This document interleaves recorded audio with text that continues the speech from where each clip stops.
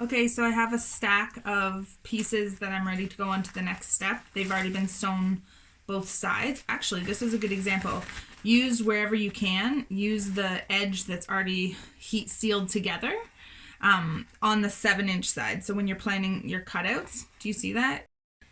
That's the side that I didn't have to sew, which is another great labor saving step.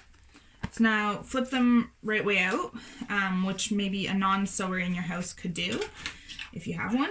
And now I'm just going to show you a production step for continuous sewing. So you just start back tack, because that's very important, and then put your next one right up to it and keep going.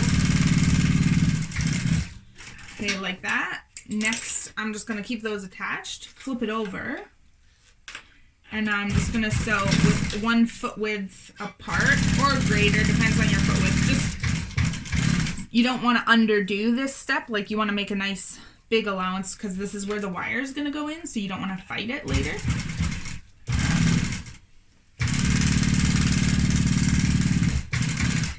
So basically you can do this with a lot more than 2 in a row. I'm just going to do it with 2 right now and then snip them. Again, a step that you could delegate to a non-sewer. Now, since I have these pieces with their wire spots, then I'm going to use this marking guide and put it up here. Mark, this is 2 inches and then 1/2 inch down the rest of the way. 1, 2, 3, 4, 5, 6 pleats, and they're all at 1/2 inch. So that's just part of the directions. It's just who wants to measure each time. Make yourself a little guide. And now using the edge of the table, because this is a step I've heard a lot of people find difficult, and it is annoying a little bit. But if you use the edge of the table, and then that helps hold it all together. So I'm gonna use my hand there.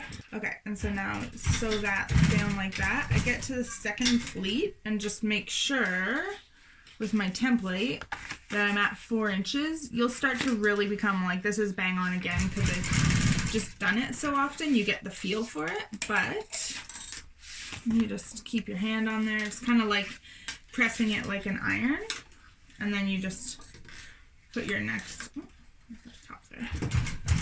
Sew it again on this side. And honestly, it's a little tougher at first, but then you get the hang of it.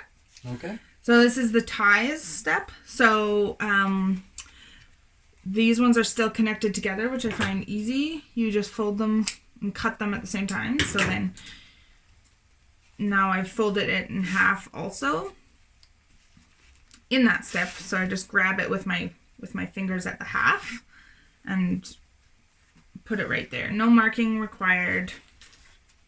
Fold that over. Put it in here. Start sewing. And just sew all the way down. Start at the top of that one, right? You didn't start in the middle. You started at the top.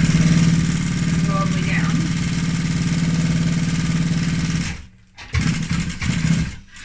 And then this step, I start at the top again, but in the parallel space for doing the twin stitch.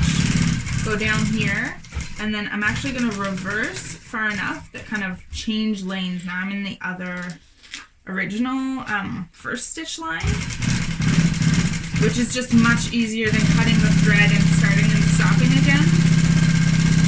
It seems little, but it all adds up. And then you back tack and cut the threads. So now this is what it looks like. You go like that. It's a little bit of a lightning bolt, and you keep going. But you didn't have to stop, back tack, cut the threads, start again, have those threads cut. It makes a big difference, actually. So try that and enjoy. Threads.